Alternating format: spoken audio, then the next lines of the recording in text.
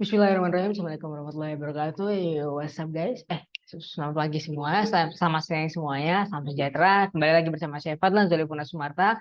Dan pada Coding Talk kali ini atau Coding Talk yang terakhir ini mungkin sedikit berbeda dengan Coding Talk yang sebelumnya. Karena kali ini saya lebih khusus untuk bercerita tentang saya yang membuat sebuah aplikasi full flow, full apps dari kosong, dari kanvas kertas kosong hingga menjadi aplikasi yang bisa digunakan. Maksudnya dalam Figma ya. Hmm, ya mungkin saya hanya ingin berbagi pengalaman untuk kali ini. Saya ingin berbagi pengalaman kepada teman-teman semua bagaimana caranya saya melakukan interview, saya mengorganisir data dari interview itu untuk menjadikan data yang jadi, data utuh dan bisa digunakan sebagai insight untuk desain selanjutnya. Jadi mungkin pertama-tama ya mungkin kalau untuk terakhir kali ini lebih ke arah saya bercerita. Jadi sedikit berbeda dengan calling talk yang sebelum-sebelumnya. Oh ya sebelumnya mohon maaf jika terdengar suara dari yang lain dari arah kanan ataupun kiri karena di sini saya tidak sendiri, saya ditemani oleh orang-orang lain. Begitu langsung aja ya, ini ya.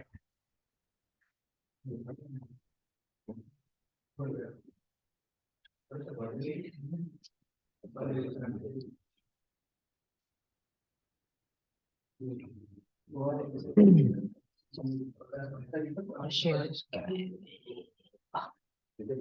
Baik. Langsung saya bagikan.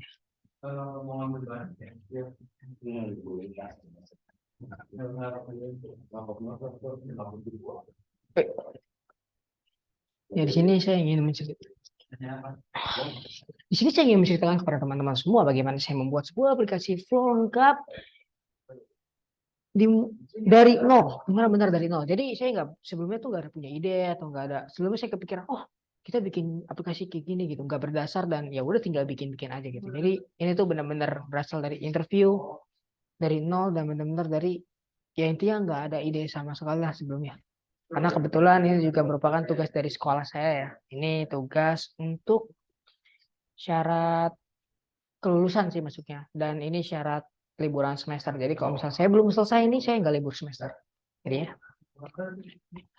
Oke lanjut aja kita lanjut. Di sini ada agendanya, ada project background atau alasan mengapa saya membuat aplikasi itu. Ya tentunya ini merupakan tugas ya. Jadi alasan saya ya karena tugas atau karena tuntutan dari pihak sekolah. Interview dan brainstorming, ya di sini saya melakukan interview tepatnya kepada 5 orang dan menggunakan interview question dari yang saya buat sendiri. Ideate dan melakukan tes. Project background. Jadi sebenarnya ini project tuh udah saya buat sekitaran dari 1 tahun yang lalu ya. Sekitaran pada pertengahan Januari atau semester kedua dari tahun pertama saya di SMK IDN Boarding School sebagai murid, sebagai siswa di jurusan desain multimedia. Intinya pokoknya saat itu saya cerita-cerita sedikit aja ya. Di situ tuh saya mungkin sedikit tidak terlalu sibuk ya. Dan saat itu saya sedang mengerjakan sesuatu yang lain dan ya ternyata guru saya datang dan memberitahu kepada kita semua satu kelas, total di situ ada 13 orang, kalau nanti proyek terakhir atau proyek semesteran yang akan kita kerjakan gitu, syarat kita liburan, syarat kita untuk libur semester itu membuat sebuah full aplikasi. Sebelumnya saya ingin memberitahu kalau jujurnya juga saya sedikit lupa ya apa ini benar di pertengahan Januari, tapi seingat saya sendiri ini memang saya buat ketika saya kelas 10 atau kurang lebihnya saya baru mengenali UI UX 6 bulanan. Jadi ya belum memakan waktu yang lama dan tiba-tiba guru saya meminta kita untuk membuat sebuah aplikasi dan proyek ini merupakan proyek individual atau proyek sendiri-sendiri. Jadi masing-masing dari siswa diminta untuk membuat sebuah full apps berdasarkan kertas kosong ya, maksudnya benar-benar gak ada ide sebelumnya sama sekali. Jadi karena ini merupakan proyek sendiri yang terbilang cukup besar ya menurut saya, maksudnya saya belum tahu flow-nya apa, idenya mau dibuat kayak gimana, aplikasi apa yang pengen saya buat itu benar-benar nggak ada gambaran sama sekali, benar-benar kosong. Dan ya karena ini benar-benar project yang mulai dari kosong, dan kebetulan waktu kita diberikan project ini juga kita baru kenal UI UX itu belum lama. Jadi kita diberikan waktu yang lumayan lama, sekitar 1,5 bulan atau 2 bulan. Soalnya liburan kan Maret, Maret tuh liburan. Terus Maret liburan. Maret tuh liburan puasa, balik lagi untuk ujian, terus libur lagi. Jadi diberikan waktu kurang lebih 1,5 sampai 2 bulanan. Lanjut, kelihatan nggak? Sini dulu. Pilihan yang diberikan. Untuk tema aplikasi sendiri kami diberikan sebelumnya tuh kita kan nggak tahu kan. Pas dikasih tahu tuh kayak, ayo teman-teman nanti disuruh bikin project full apps atau segala macam. Sebelumnya tuh kita nggak tahu. Sebelumnya kita benar-benar nggak ada gambaran sama sekali kan, kayak bikin aplikasi apa nih, bikin apa segala macam gitu. Pada bingung semua dan pada nanya satu sama lain. Pada nanya satu sama lain. Terus ternyata emang dari sekolahnya juga udah ada ketentuan untuk syarat aplikasi yang nanti harus dibikin itu total tuh kalau nggak salah ada sekitar 6 aplikasi yang temanya itu harus dibuat. Kurang lebihnya tuh saya cuma ingat 4 ya. Yang pertama ada kesehatan, driver, movie atau kayak tiket ya segala macam gitulah buat nonton film, sama keuangan buat kayak ngurusin bank, pinjaman, kredit dan segala macam. Dan kalau misal saya pilih kesehatan. Ya udah lanjut.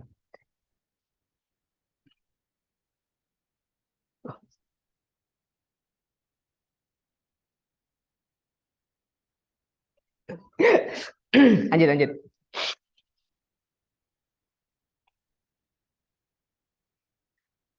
Oke karena karena di sini, aduh kan lupa tadi. Oh ya, karena tadi proyeknya itu benar-benar dimulai dari kosong, benar-benar dimulai dari awal, jadi tentu kita perlu ngelakuin yang namanya interview dulu kan. Kita perlu ngelakuin interview supaya kita dapat keterangan tentang kita mau bikin aplikasi ini tuh kayak apa, kita mau bikin itu tuh kayak apa. Dan ini tuh mungkin jadi pelajaran aja ya. Jadi di project yang asli juga emang seperti ini gitu. Jadi kita bikin sesuai dengan apa yang user inginkan. Jadi biar kita tuh terarah, nggak cuman sekedar dari satu sudut pandang doang, tapi dari banyak sudut pandang. Jadi kita diminta untuk melakukan sebuah interview. Nggak sebuah sih, 5 sih. Sebelum ngebuat yang namanya interview, kita pasti ngebikin interview question dulu ya. Jadi saya masing-masing dari kami itu diminta minimal membuat 10 interview question. Dan di antara interview question itu tuh usahain jangan ada yang namanya leading question. Leading question itu bagi yang teman-teman belum tahu, sebelumnya sudah saya jelaskan, tapi saya jelaskan lagi sedikit ya. Leading question itu lebih ke arah kayak pertanyaan interview yang jawabannya tuh udah ketebak, kayak iya atau enggak. Kamu seneng gak pakai aplikasi ini? Iya, seneng. Udah gitu doang. Itu yang namanya leading question. Dan karena leading question itu kurang memberikan insight yang terbuka, jadi dilarang gitu. Jadi usahain jangan ada leading question. Dan alhamdulillah saya membuat itu tidak ada leading question, insya Allah ya. Sebentar sih. Oh ya, di sini juga masih ada data dari ini yang saya buat sih. Full apps. Ini dia. Review.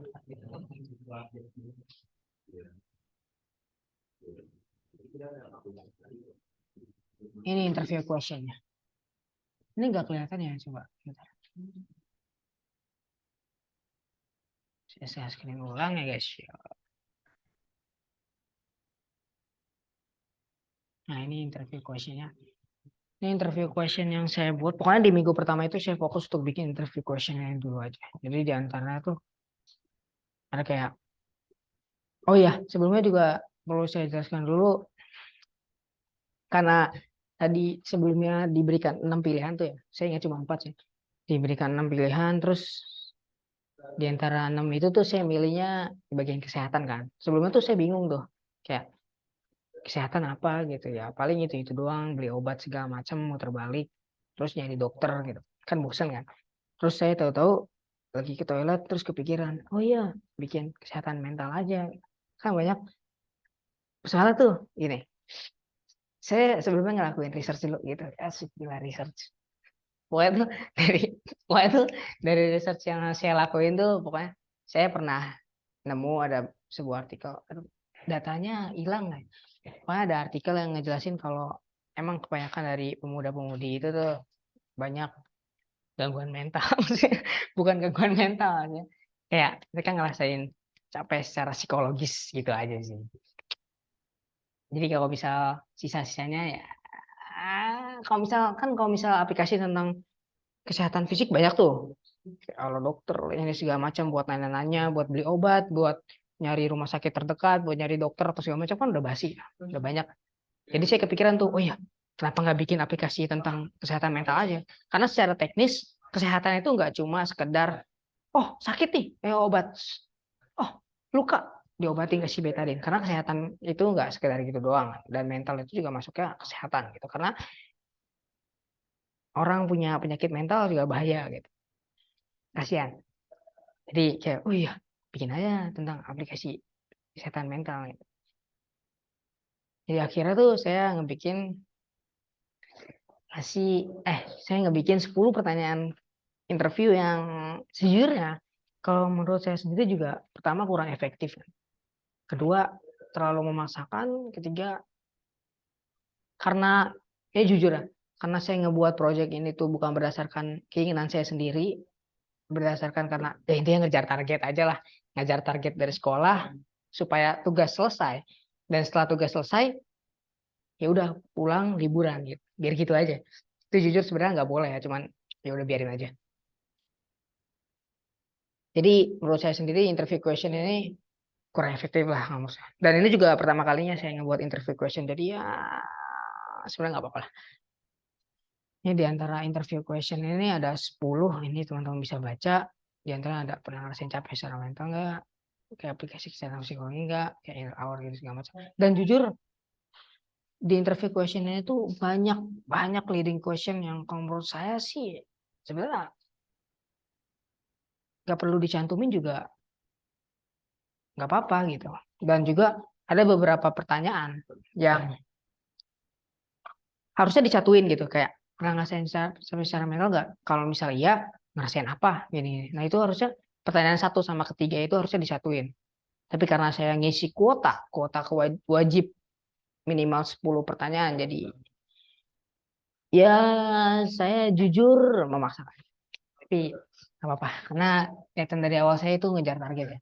Tapi walaupun ini ngejar target, banyak sih pelajaran yang diambil, kayak cara ngebuat interview question, ngelakuin interview sama orang, gimana sih cara ngomong, cara ngelakuin interview biar orangnya tuh nyaman jawabnya, orangnya tuh enak jawabnya, terus kayak ya intinya nggak kaku-kaku banget lah. Karena yang kita butuhin itu tuh jujur perasaan mereka yang asli gitu, yang real no fake. Kalau misal mereka kayak cuman gak enakan sama kita doang karena kita terbilang terlalu tegas atau misal segala macam, percuma kita nggak akan dapat insight apa-apa. Jadi ya banyak sih pelajaran yang diambil, walaupun proyek ini tuh terbilang ya saya kerjain seikhlasnya. Karena ngejar ngejar ini ya, ngejar target sih, ngejar target dari sekolah. Oke, ini kurang lebih ada interview question, ini bisa teman-teman screenshot atau segala macam, bebas. Tapi nggak screenshot nggak apa-apa ya. Ini pasti teman-teman bisa bikin yang jauh lebih baik. Ini cuman contoh kecil-kecilan aja, karena ya ini oh ya di sini tuh sebelumnya saya nggak pengen kayak sombongin tentang oh ini saya pernah bikin full apps, enggak ya, saya di sini cuma pengen kayak sharing aja, kayak berbagi gimana sih rasanya ngebikin aplikasi benar-benar dari nol, terus kayak ngelakuin interview, bikin interview question ini segala macam, gimana sih, pusing nggak sih, atau intinya repot nggak sih atau segala macam, apa yang dirasain terutama sih, kayak saya ingin berbagi pengalaman aja, terus pelajaran-pelajaran apa yang bisa diambil, dan hal-hal apa yang harus dicatat gitu, maksudnya kayak, oh berarti kalau misal kayak gini-gini kamu nggak boleh kayak gini, kalau misal kamu lagi ngomong sama orang nggak boleh nih kamu kayak tiba-tiba ngalihin pembicaraan atau nengok kanan kiri, terus kamu juga ngomongnya tuh nggak boleh nyantai banget, nggak boleh tegas banget gitu. Wah, banyaklah pelajaran yang bisa diambil gitu kan. Kayak, dan terutama nggak semua peserta interview saya itu murid gitu, ada beberapa yang guru gitu lah, maksudnya ya intinya lebih tua dari saya, dan gimana caranya ngebuat mereka tetap nyaman walau umur kita lumayan beda. Jadi, mantap. Oke ya, lanjut. Oh ya maaf ya, ini share screen saya bisa-bisa. Saya langsung share screen aja deh. Cek. Lanjut.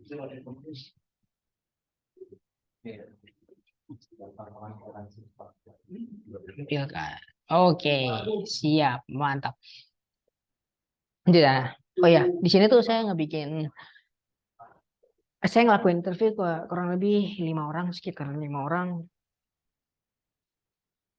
Ya, karena kalau misal di UX itu sendiri sih 5 orang interview, 5 orang yang diinterview, 5 orang berbeda, itu udah cukup buat mencakup semua insight yang ada gitu. Jadi ya nggak masalah. Oh ya, sebenarnya 5 orang ini tuh kalau bisa diambil dari behavior pekerjaan sama umur yang berbeda gitu. Tapi karena saya di sini kan tadi sempat ingat, saya sebelumnya ngejelasin kalau tentang anak muda gitu, kayak saya pernah research kalau anak muda itu banyak yang kena gangguan mental gitu, gangguan jiwa, penyakit mental gitu, kayak penyakit mental gitu. Jadi user audience di sini saya itu sendiri anak muda gitu, jadi ya umur 25 ke atas itu nggak bisa saya bilang muda gitu. Maksudnya 25 ke bawah masih lah, si remaja-remaja gitu. Kalau misal 25 ke atas itu kan udah mulai kayak dewasa sendiri, udah dewasa dalam artian sendiri gitu. Jadi ya target audiens saya sendiri karena emang remaja, jadi guru-guru yang terbilang cukup tua itu tidak saya cakupkan di interview ini. Jadi ya intinya saya supaya tuh kan bikin, aduh apa nih pertanyaannya, saya tulis di kertas, saya tulis di note, tapi saya note hilang ya, saya bikin di note ini segala macam, dan ya jalan. Saya akhirnya ngelakuin 5 orang ngelakuin interview ke 5 orang yang berbeda. Dan di situ tuh saya keliling-keliling, pertama dari asrama, dari kelas ke ini, kelas orang lain, pelajaran, pas istirahat juga saya ngelakuin interview ke orang lain. Kayak ya banyak lah gitu, pusing sendiri. Tapi nggak apa-apa, asing juga sih. Saya bisa keluar-keluar, bisa segala macam. Ya banyak positifnya, lebih banyak positifnya sih. Walaupun pusing kepala. Intinya saya keliling-keliling lah. Saya keliling-keliling nyari orang yang emang terbilang cukup muda dan terbilang cocok gitu untuk kriteria aplikasi yang pengen saya buat. Jadi ya lanjut. Sudah nih saya lanjut. Sting. Udah lah. Dia gampang lah ngelakuin interview segala macam. Sat. Singkat cerita, dapat saya dokumentasi. Partisipan pertama itu, aduh sorry. Oke, dokumentasinya. Ini dokumentasinya berdasarkan doksil, dokumen asli. Yoi. Jadi jadi doksilnya itu saya ambil tepat saat setelah interview selesai. Ini dokumen asli. Jadi ini foto bukti. Kalau bisa saya udah ngelakuin interview. Ini Ustadz, namanya Ustadz Aufa Hakam Gifari. Ini Ustadz ya. Wali Sakan, dia berumur 21 tahun. Kenapa saya milih Ustadz? Tadi pada remaja. Ingat di bawah umur 25 tahun masih terbilang remaja kalau menurut saya sendiri. Jadi ya masuk-masuk aja sih kriterianya. Dan juga berdasarkan dari apa yang saya tanya-tanya ke teman-teman. Oh ya, beliau ini wali asrama, wali Sakan. Saya tanya ke anak-anak asramanya, kalau Ustadz Aufa ini asik gitu, nyambung kalau diajak ngobrol. Jadi ya mungkin masih bisa dibilang muda ya. Jadi orangnya gaul parah. Jadi, oh ya di sini ada data interviewnya kalau nggak salah, teman-teman bisa lihat. Ustadz Aufa. Oh ya, ini riset kecil yang saya cari ya. Ini problem statement ya. Survei Global Health Data Exchange tahun 2017 menunjukkan ada 27,3 juta orang di Indonesia mengalami masalah kejiwaan, gangguan jiwa. Maksudnya masalah kejiwaan ini bukan kayak jadi orang gila gitu terus teriak-teriak nggak jelas gitu. Wah, enggak gitu. Enggak semua enggak semua penyakit mental, enggak semua gangguan jiwa itu bisa dibilang kayak teriak-teriak nggak jelas. Terus pukul-pukul enggak.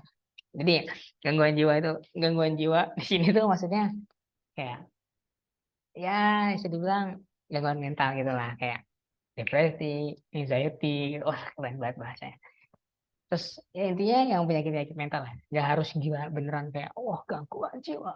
Wah, orang itu enggak kayak gitu. Jadi sebenarnya saya pengen ngasih tahu aja gitu, kalau misal saya yakin banyak teman-teman di sini yang masih salah kaprah gitu. Kalau misal dia ini orang gangguan mental, gangguan mental, orang gila gitu. Terus langsung dikata-katain orang gila. Nah itu nggak boleh. Karena gangguan mental sendiri itu sama, gangguan mental itu nggak cuma gila, gangguan kejiwaan juga nggak cuma gila. Saya gila itu iya termasuk dari gangguan kejiwaan gitu. Emang ada yang salah sama mentalnya, ada yang salah sama otaknya nggak bisa berjalan dengan seperti manusia biasa. Gitu. Jadinya dibilang bahwa orang itu gila, tapi nggak semua gangguan jiwa, nggak semua penyakit mental, nggak semua masalah kejiwaan itu gila. Ingat, gila itu udah pasti masalah kejiwaan, tapi masalah kejiwaan belum tentu gila. Oke, jadi ya gitulah maksudnya. Jadi kalau misal teman-teman ada nih kayak, duh kayaknya gue punya penyakit mental nih, apaan lu gila gitu, gue nggak boleh gitu. Jadi kayak tanya, lu kenapa gitu? Gue suka merasa resah, merasa risau, anxiety, gue suka ngerasa diliatin orang terus, gue ngerasa gak enak kalau misal dikelilingin sama orang atau segala macam gitu. Wah, itu bisa jadi penyakit mental, bukan kejiwaan, bukan gila, tapi itu bisa jadi penyakit mental karena dia ngerasa nggak nyaman dekat sama orang lain, dia merasa ini sama orang lain, dia merasa takut, dia merasa intinya takut berlebihan, overthinking segala macam, itu masalah kejiwaan tapi bukan gila. Ya sebenarnya gila itu sendiri relevan sih, tapi ada beberapa orang waras yang cara pikirnya gila gitu. Itu bisa dimasuk, itu bukan gila tapi agak aneh aja. Jadi intinya ingat aja sih, kayak nggak semua masalah kejiwaan itu gila, dan gila itu udah pasti masalah kejiwaan, tapi nggak semua masalah kejiwaan itu gila. Jadi ya di sini saya full screen aja ya biar enak lihat. Di sini saya bacain dikit. Ini research yang saya lakuin sebelum saya bikin interview question ini. Jadi saya ngelakuin beberapa problem statement kecil-kecilan supaya lebih terarah aja. Selanjutnya, ada 27,3 juta orang di Indonesia mengalami masalah kejiwaan, bukan gila, masalah kejiwaan, penyakit mental. Hal ini berarti 1 dari 10 orang di negara ini mengidap gangguan kesehatan jiwa. Negara ini tuh maksudnya Indonesia. Indonesia jadi negara dengan jumlah pengidap gangguan jiwa tertinggi di Asia Tenggara. Gangguan jiwa tertinggi di Asia Tenggara. Saya sendiri nggak yakin sih, maksudnya. Emang di Indonesia itu banyak orang gila, maksudnya di Indonesia itu banyak orang unik gitu. Dan tapi bukan gila gitu, maksudnya. Mungkin bisa dibilang kalau mereka itu ada beberapa penyakit mental yang salah gitu, kayak mereka terlalu memuja-muja negara lain. Nah itu bisa jadi kena penyakit mental. Tapi nggak gila juga. Terus kayak mereka suka sama kartun, nah, itu masalah kejiwaan. Hasilnya nggak gila, tapi hati-hati. Jadi intinya kan kaget tuh saya kan pas baca artikelnya juga kayak, loh kaget. Kok bisa se-Asia Tenggara? Oke, udah. Gangguan kejiwaan yang paling tinggi yakni kecemasan atau anxiety disorder. Jadi kayak mereka tuh kayak, aduh, besok gimana? Aduh, kemarin gini, dia overthinking, terus dia jadi cemas terus setiap hari. Jadi anxiety disorder di Indonesia ya khusus, di Indonesia itu pengidapnya lebih dari 8,4 juta jiwa. Selain itu ada sekitar 6,6 juta orang yang mengalami depresi, 2,1 juta orang mengalami gangguan perilaku, dan seterusnya. Data riset kesehatan dari Kementerian Kesehatan tahun 2013 menyebut prevalensi gangguan jiwa berat seperti skizofrenia mencapai 1,2 per 1.000 orang penduduk. 1,2 per 1.000 bukan kecil lah. Per 1.000 bukan per 100.000. Kalau per 1.000 itu nggak kecil nggak banyak, tapi bisa dibilang masalah juga. Kayak bayangin setiap 1.000 anak yang lahir Saya Indonesia kan tingkat kelahiran tinggi, tinggi banget gitu kayak tinggi banget, aneh, tinggi banget, enggak, saya tinggi banget aja.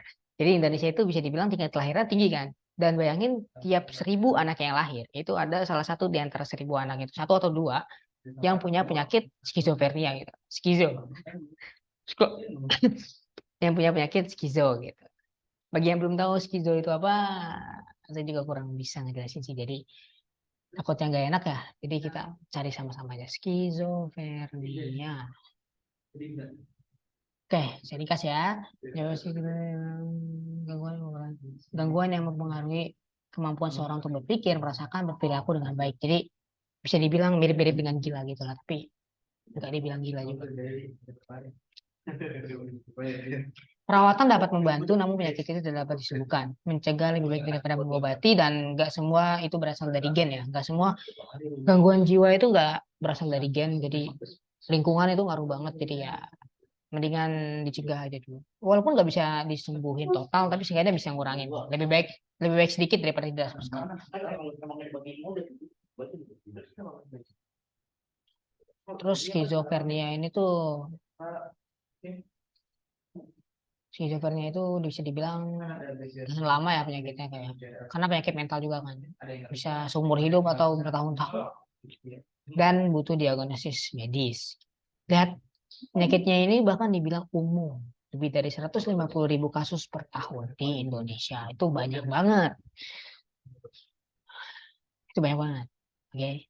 Dan karena saya yang bilang tadi, angka kelahiran di Indonesia ini terbilang cukup besar, tinggi, dan sedikit merepotkan. Jadi ya itu banyak banget. Apalagi 6,6 juta orang mengalami depresi segala macam kan. Ini bisa mengarahkan kepada hal-hal yang tidak diinginkan, contohnya bunuh diri, menyakiti diri sendiri, atau membenci orang lain secara berlebihan. Itu juga masuk masalah kecil. Maksudnya mereka nih nggak ngakuin apa-apa gitu, nggak ngakuin hal yang salah gitu. Tiba-tiba itu dia marah-marah gitu, kayak gara-gara lu nih segala macam. Itu repot, itu agak sedikit sulit. Jadi ya itu bisa masalah kejiwaan juga. Jadi buat teman-teman yang suka marah-marah ke orang lain gitu, pada orang lain itu nggak salah, hati-hati. Masalah jiwa. Nggak bercanda. Oke, kita lanjut lagi ya. Aduh, kenapa? Masalah berat gini. Jadi ini, oh ya, saya cuma nunjukin satu interview aja ya. Karena lama juga sih nunjukin semua. Dan ya jujur di sini pernah ngerasain capek secara mental? Pernah. Pernah ngerasain kayak inner out? Tidak pernah. Biasanya ngerasain apa, capek hingga ngerasain fisik itu atau bahkan stres, moodnya turun dan malas melakukan sesuatu, tidak berpengaruh ke fisik. Jadi ya nggak nyampe nyakitin diri sendiri, tapi ya kadang bikin mood turun gitu kan. Kalau misal kerjaan lagi numpuk kan repot banget nih. Kalau misal mental mental kalian rusak nih, lagi rusak kayak diputusin pacar atau segala macam lah, terserah gitu kan, bullshit. Maksudnya diputusin pacar atau segala macam, mental kalian lagi down banget gitu. Tahu-tahu banyak tugas, deadline-nya besok gitu. Nah, itu repot banget kan. Boleh diceritain nggak biasanya kayak gitu gitu, kenapa trauma tugas sekolah melakukan sesuatu yang berlebihan, tidak dihargai, sudah berusaha semaksimal mungkin tapi tidak dihargai gitu. Jadi kayak Mas Ova ini Mas Ova gitu. Ya intinya Mas Ova ini tuh kayak biasanya suka stres itu tuh kayak nggak dihargai sama orang lain gitu. Jadi masalahnya di sosial lingkungan ya. Sekali lagi saya bilang ini di lingkungan, bukan dari keturunan. Jadi kalau misalnya penyakit mental gitu nggak usah sesuatu lagi keturunan gitu. Itu ada di pada masalah mental. Itu masalahnya ada di mental kalian sendiri atau bahkan lingkungan. Jadi bahkan keturunan itu tidak menjamin, atau kemungkinan kecil bahkan ya kalau mental health itu keturunan itu bisa misalnya keturunan yang punya penyakit mental yang sama gitu. Kalaupun emang iya, cara ngurangin gimana? Cara nguranginnya ya kita tunjukin hal-hal untuk mencegah si anak itu dapat masalah kayak depresi segala macam. Contohnya kayak apa? Kasih sayang yang benar gitu. Terus diperhatiin, disayangin, terus cari lingkungan yang emang benar-benar mendukung pertumbuhan si anak ini, baik secara mental maupun secara badan. Ingat ya, perubahan anak secara mental itu juga perlu. Karena ada beberapa yang umurnya terbilang cukup tua gitu, tapi otaknya belum dewasa. Masih belum dewasa ke aneh-aneh gitu. Maksudnya kayak mereka masih suka ngeluh lah, masih suka inilah, marah-marah ke orang nggak jelas segini segala macam dan segala macam. Itu masih banyak kayak gitu. Jadi hati-hati. Lanjut ya. Lagi tampilkan Loh, ini maaf nih ada yang lewat. Oke, lanjut. Ini dokumentasi yang pertama ya. Ini interview saya yang pertama bersama dengan saya tahu ke Alfa Hakim Gifari. Lanjut yang kedua. Karena ini tuh konteksnya saya lagi jalan-jalan di asrama ya, di gedung asrama. Jadi sekalian aja saya langsung tancap gas aja kedua ini asrama, kedua penjaga asrama. Jadi ya saya dapat dua-duanya. Lanjut. Partisipan kedua bernama Muhammad Luqman Hakim. Ini Ustadz depan asrama saya.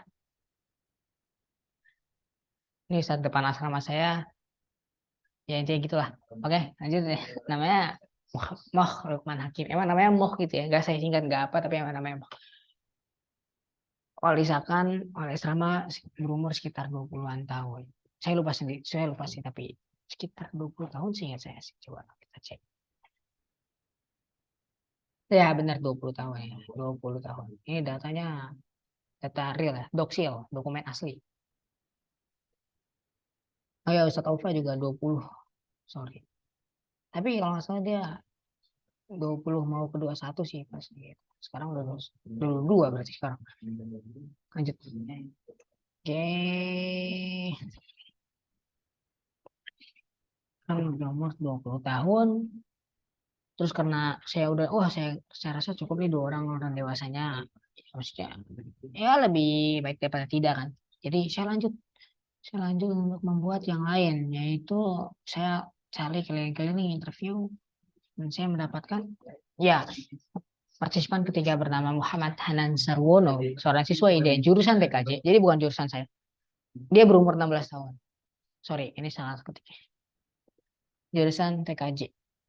Jadi bukan jurusan DMM juga karena emang dari sekolahnya itu dari Mr. Azrul dari wali kelas saya itu dilarang untuk ngelakuin interview ke sama kelas. Jadi saya ke kelas lain aja. Namanya Muhammad Hanan Sarwono. Jadi itu ya intinya peserta Pasifan juga. Di sini filenya hilang ya, file fotonya saya nggak tahu kenapa, saya nggak tahu kemana. Tapi udah saya cari-cari, tapi masih tetap nggak ketemu juga. Jadi ya, ah, nggak apa-apa. Lanjut. Dokumentasi yang keempat. Partisipan keempat bernama Ihsan Aidin, seorang siswa IDN jurusan TKJ berumur 17 kalau dia 17. Sama anak TKJ juga. Dan jawaban yang diberikan juga nggak terlalu signifikan ya, saya jujur. Ihsan Aidin ini mungkin emang orang yang terbilang tidak terlalu memikirkan masalah mentalnya sendiri. Jadi dia itu acuh nggak acuh kalau orangnya. Jadi kayak ya udah gitu. Jadi kalau emang dia ngerasa nggak enak, ya mungkin perasaan dia doang. Dia tipe orang yang kayak gitu. Lanjut, dokumentasi yang kelima. Sama file hilang juga. Mohon maaf sekali lagi, tapi file emang benar hilang. Masih yang ketiga bernama Ahmad Rafi Atila, seorang siswa berumur 16 tahun. Ini teman SD saya, teman kecil saya. Kalau nggak salah di situ saya interviewnya video call ya. Udah saya screenshot tapi hilang ternyata. Tapi ya udah nggak apa-apa. Emang boleh video call? Sebenarnya nggak boleh, tapi karena mepet, jadi saya udah tanya ke wali kelas saya dan katanya nggak apa-apa. Dan dia ngasih jawaban yang terbilang cukup, cukup, cukup biasa aja. Gitu. Karena jujur ya, eh, ini hal yang perlu diingat juga nih. Ini pelajaran juga. Ngelakuin interview sama teman deket. Itu saya sama Ahmad Afi itu deket banget kan. Oh udah deket banget lah. Ya benar-benar deket. Kita tuh temenan dari SD kelas 2. Jadi udah deket banget kan. Dan pas saya ngelakuin interview ke dia tuh saya suka ketawa-tawa sendiri. Jadi nggak fokus gitu. Jadi saran pertama dari saya jangan lakuin interview sama orang yang emang dari awal udah deket. Maksudnya deketnya deket banget parah gitu. Soalnya pertama nggak fokus, kedua jawabannya bercanda, pasti ada bercanda-canda. Jadi susah nangkap hal yang pentingnya. Ketiga nggak dapat hasil yang maksimal, insight-nya jadi kurang. Gitu. Tapi karena empat-empatnya itu saya udah dapat, oh saya mau bikin kayak gini nih karena jawaban yang mereka berikan saya udah dapat ide. Dokumentasi kelima ini tidak terlalu berpengaruh kalau menurut saya sendiri ya. Lanjut. Define. Setelah selesai melakukan interview, saya lanjut untuk memilih hal yang bisa dijadikan bahan desain dari interview yang dilakukan. Desain ini saya ngapain aja. Saya nggak cuma mikir-mikir doang, saya buat dari Buat dari intinya saya bikin project, bukan project sih, saya bikin bukti lah. Kalau misal saya emang udah ngelakuin ini segala macam. Jadi saya nggak buat competitive analysis, finding an insight, dan user journey map. Saya juga saya membuat wireframe 1, 2, 3, 4, 5, 6. Sip. Ini wireframe kertas ya, paper wireframe. Biar lebih cepat aja. Ini ada user journey map. Warna capek saya teman curhat nih warna itu awalnya itu masalah yang dia rasain gitu, masalah yang dia rasain. Terus dia curhat gitu kan, itu curhat terus curhat ke teman, curhat ke internet. Terus pas curhat ke internet tuh, pas mau curhat ke teman, aduh temennya pada sibuk gitu, jadi gak ada teman curhat. Gitu. Soal online, takut banyak yang dihujat gitu kan. Search di Google, pas cari informasi kayak aduh ini aku kenapa ya, gimana cara ngurangin ini ya, ngurangin apa dampaknya gitu segala macam, cari nyembuhnya gimana. Dia search di Google nih, nge-search di Google. Duh, artikel banyak banget. Terus, aduh, tidak verified gitu, bener apa enggaknya gitu kan, kan nggak disaring lebih dahulu. Jadi, ya semua artikel masuk semua gitu. Jadi bingung. Jadi, akhirnya dia memutuskan untuk download Mentor, asik Mentor. Jadi Mentornya sendiri aplikasi yang sudah saya buat sendiri, itu aplikasi yang memberikan kita akses untuk memberikan user informasi-informasi berita mengenai penyakit mental gitu. Oh, enggak, bohong, enggak ada di Play Store. Terus pas dia download Mentor, dia mikir kayak, wah keren banget, ada yang bisa ngebantu aku dari artikel yang aku pingin. Sini juga banyak yang ngerasa sama kayak aku, jadi dapat banyak akses dari orang-orang yang merasakan yang sama. Di situ apa yang semua ada daftar fitur til auto delete chat. Jadi kalau ada chat menjadi menjatuhkan bakal langsung dihapus. Yoi, keren. Ini ini action itu apa yang dia lakuin, thinking itu apa yang dia pikirkan pas dia ngelakuin itu, emosi itu satu-satu gitu. Maksudnya graf emosinya, feeling itu perasaan dia, pain point itu inti dari masalah gitu. Itu dari masalah yang dia rasain, dan opportunity itu kesempatan untuk dijadikan desain yang lebih bagus ke depannya gitu. Lanjut, di sini ada competitive analysis, inner hour, ada inner hour sama ada health. Ada health is a basic health application with one main feature, information feature about illness. This feature allows user to use an information about many diseases. Inner hour is a psychological application that have these features. Chatbot features allow users to know their goal. My goal feature allow users to know their goal. Mood tracker allow the application know how user feels. Activation recommendation that can user do for reducing their stress. Bagi yang nggak ngerti Inggris, intinya inner hour ini punya fitur apa aja sih gitu. Yang competitive analysis ini tuh saya buat biar jadi patokan di desain saya yang selanjutnya. Desain aplikasi mentor ini. Inner hour ini tuh bisa chatbot, bisa nambahin goal, mood tracker, sama rekomendasi aktivitas gitu, yang bisa dilakuin kayak makan misal atau jalan-jalan cari teman ini segala macam. Sama ada hal ini tuh bisa cari informasi. Nah, saya dapat patokan dari dua hal ini. Finding and insight ini apa aja? Finding and insight ini sebenarnya jadi dari kelima interview yang saya lakuin, saya ambil empat, saya pilih empat, saya ambil empat inti masalah dan sekaligus insight yang bisa saya dapat dari masalah itu. Contohnya di sini yang pertama, user seringkali kebingungan ketika merasa stres dan yang lainnya karena tidak tahu cara meringankan stres tersebut. Berarti insight-nya, user ingin dapat dengan mudah mengetahui cara meringankan stresnya atau apa yang harus dilakukan untuk mengurangi stres yang dialami tersebut. Nah, berarti oh bisa nih saya buat aplikasi yang masih direkomendasi atau segala macam. Makanya kenapa competitive analysis tadi bisa saya buat. Palingan insight. Ini ada 4 total insight yang berbeda. Ini maksudnya dari 5 interview ini masalah yang sama saya kelompokkan jadi satu gitu biar nggak ribet. Oke ya lanjut. Ini saya udah ngelakuin define.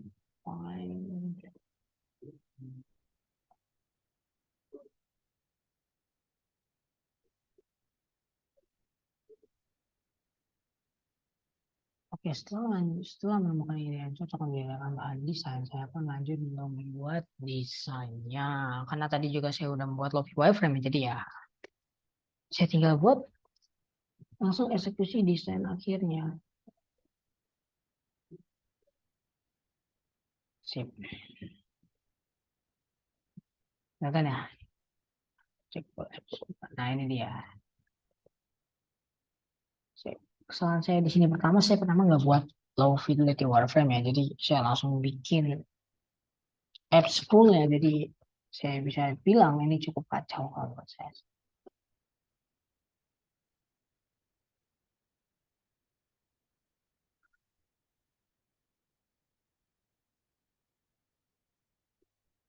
Ini setelah insight yang saya lakuin, review yang saya lakuin, saya dapetin segala macam. Akhirnya saya dapat ngebuat aplikasi ini. Sebentar.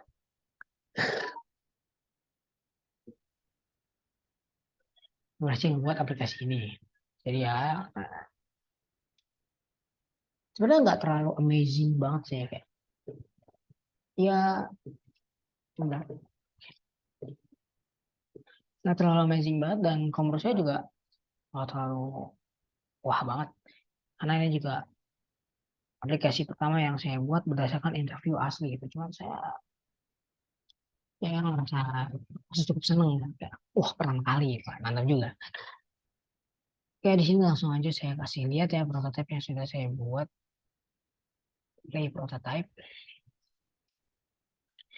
Oke, jadi intinya saya nge-define, saya diet, dan akhirnya kebuat yang namanya high fidelity wireframe ini.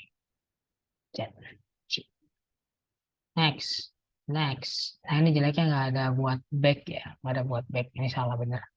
Jadi kan kayak, aduh kepencet tapi nggak kebaca gitu. Terus gimana ya suruh mau ngeliat lagi kan nggak bisa tuh. Makanya harusnya ditambahin tombol back. Start. Di sini login dulu harus login. Kita login. Oke, bisa login. Don't have an account. Oh iya, di sini saya cuma ngebuat flow bikin akun doang. Don't have an account. Sip. Nah ini salah. Nggak boleh kayak gini. Nggak boleh semua semua tuh pakai smart anime itu nggak boleh.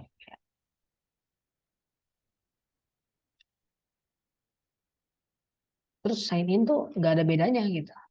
Ini sign in. Jadi user bingung gitu. Kan di sini juga nggak ngasih hierarki yang signifikan juga kan. Jadi kayak mana nih udah sign in belum?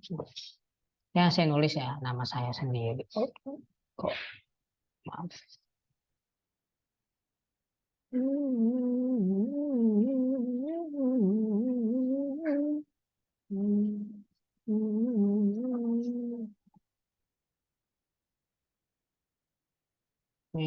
Di sini ada Senin. Maaf ya, di sini saya pencet aja tuh.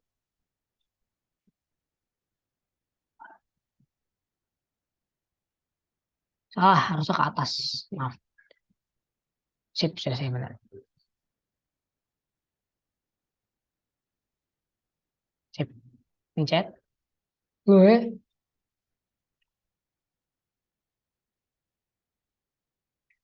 after delay, Mas Bro. Sip. Maaf. Saya juga udah lupa ya. Udah lumayan setahun nggak saya pakai ini. Pokoknya. Oke lanjut start nih. Waduh, kita disuruh bikin account dulu. Ya pasti dong bikin account dulu. Kita, tapi saya nggak punya account nih. Bikin baru aja deh.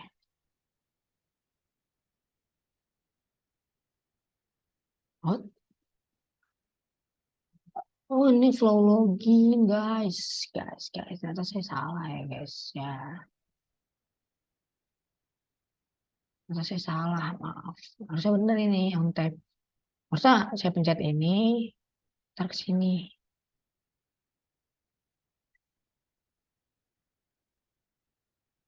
Nah, jadi gitu. Kayak salah-salah. Oke, pencet. Ting. Tunggu. Set. Udah keisi. Aupa Hakam Givari, Hakam Ova 12. Dan passwordnya.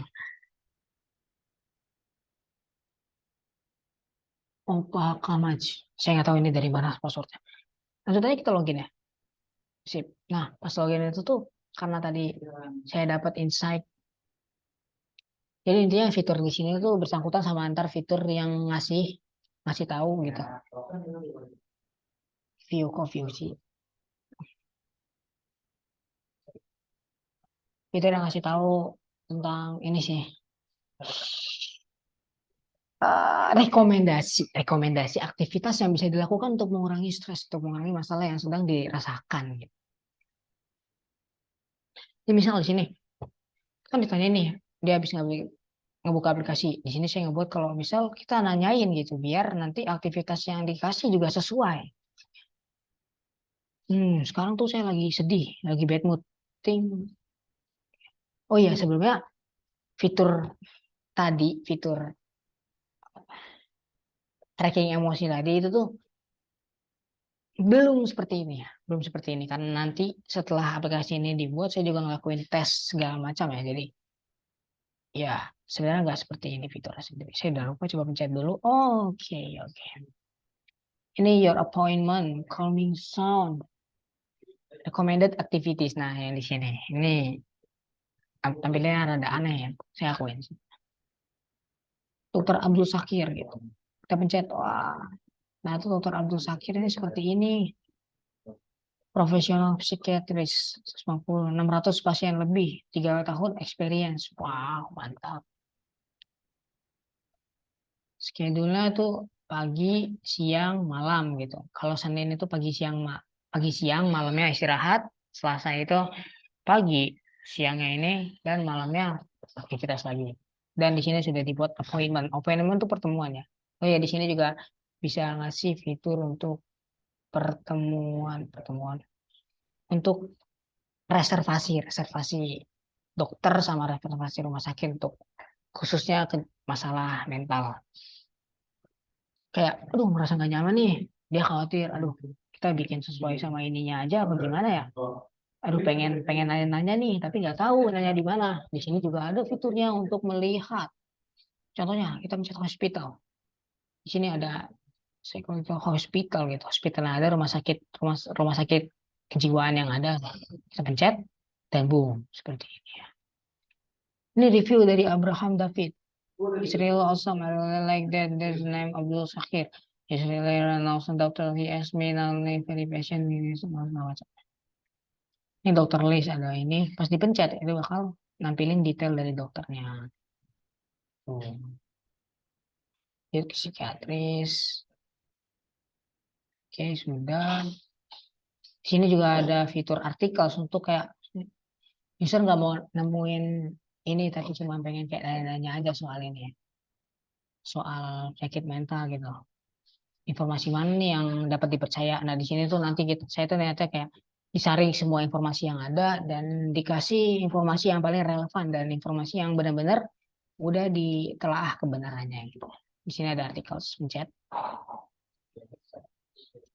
stres. Ini ada artikelnya. Three foods that help you relieve stress. Oke, pencet dan boom keluar kembali juga. Oh, ini saya pakai smart animate jadi bisa di sini ada calming sound gitu jadi kayak bisa aduh pengen tidur tapi gak enak badan stres gitu aduh punggungku sakit di sini ada calming sound buat user bisa lebih tenang bisa dipencet seperti ini kalau dipencet tapi gak ada suaranya karena ini masih prototyping saya nggak tahu cara masukin suara di Figma jadi sebenarnya nggak masalah juga untuk masukin di Figma. Sini ada sekitar kayak heartbeat, soft breeze, ocean, stereo night, reality. Karena ada beberapa orang yang cenderung merasa lebih tenang kalau misalnya nggak dengerin suara. Bukan dengerin lagu ya, karena pengen tidur gitu. Jadi suara alam, suara yang tenang, suara di luar itu lebih relevan. Jadi ya kurang lebih oh ya sama fitur community untuk melihat-lihat community yang ada. Di sini ada teman, friends. Kita juga bisa ngechat bot di sini untuk menanyakan hal yang ingin ditanyakan. Tapi ini botnya tidak secanggih ChatGPT. Jadi cuman kayak dikasih beberapa pertanyaan yang ngebuat user itu bisa ngechat botnya. Nggak get you can type to a bot. Jadi nggak bisa ngechat bot, cuma bisa ngasih. Coba ya, hi man bot. Hi, I'm fine. I wanna ask something to you. What is stress?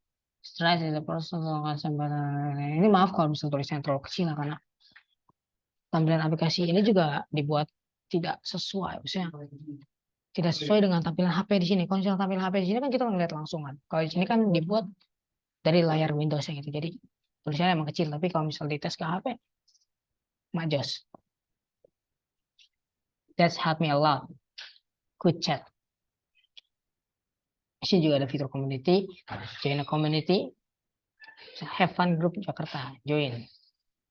Say hi. Alpha join the group. Jamal join the group. Sucipto join the group. Tuh, lihat. Tadi kelihatan? Mungkin nggak kelihatan ya. Saya coba ulang. Karena tadi saya bilang ada fitur auto delete chat. Jadi, kalau misal di sini ada yang chat menjatuhkan, gitu. Kita ngechat dulu. Lihat ada yang chat menjatuhin, nah, langsung dihapus sama pihak kita gitu. Jadi ini adalah fitur-fitur yang ada gitu. Dan terus kita lanjut. Saya nggak tahu ini udah share screen apa belum. Jadi udah ya.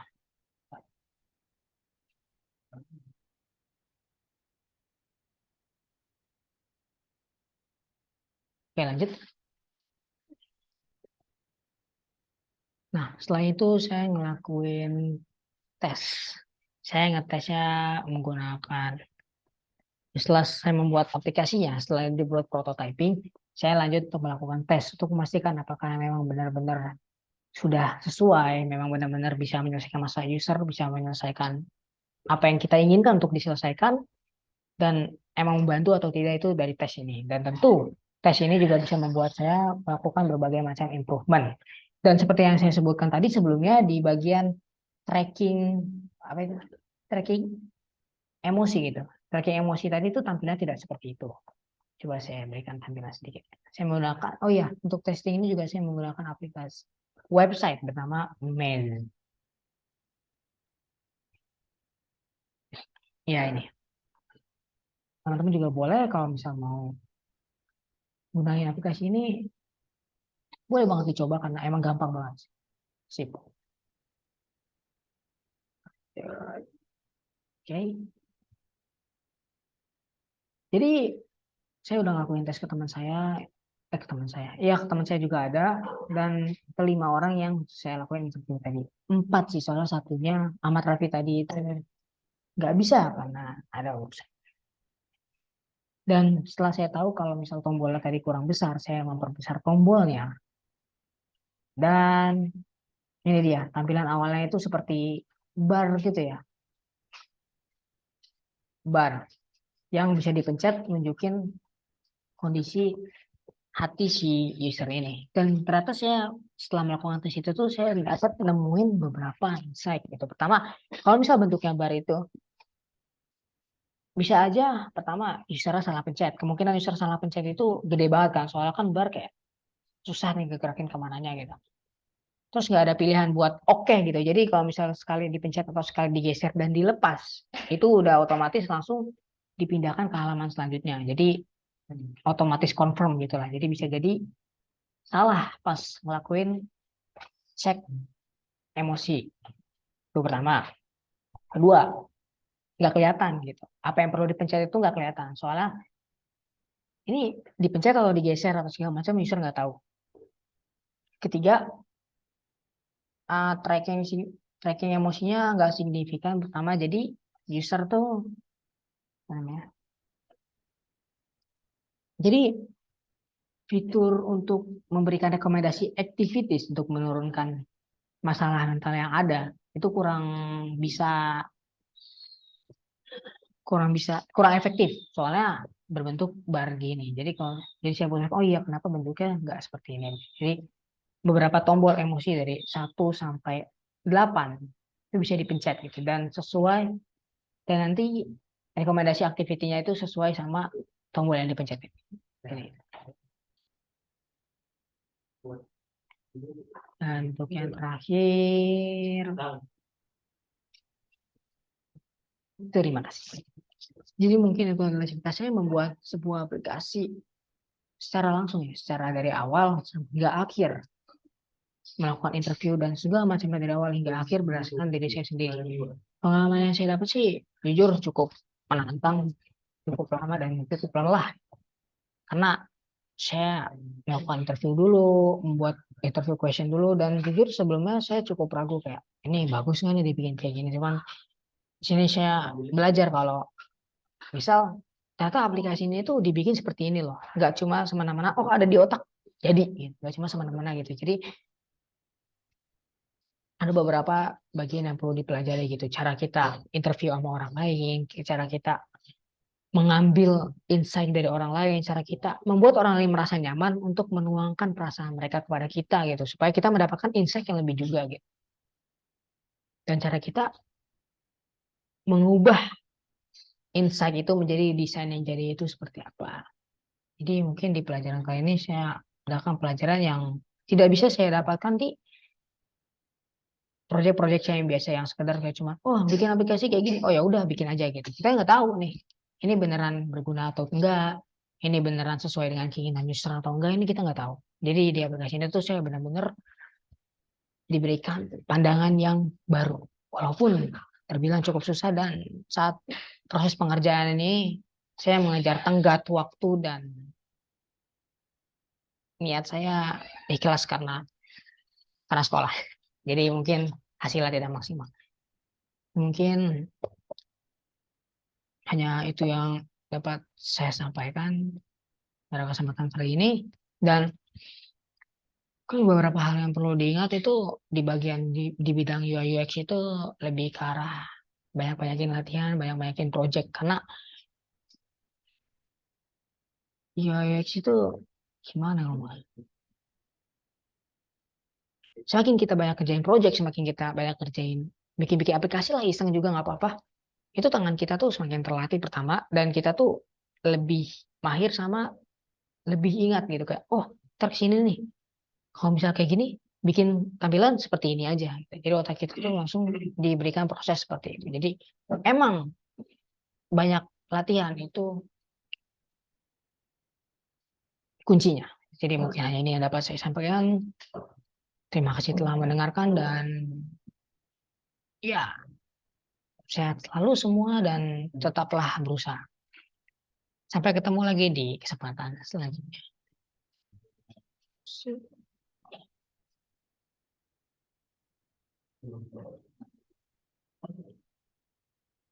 Boleh.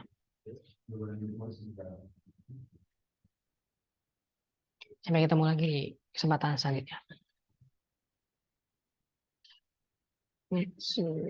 Wassalamualaikum warahmatullahi wabarakatuh. Astagfirullahaladzim. Siap.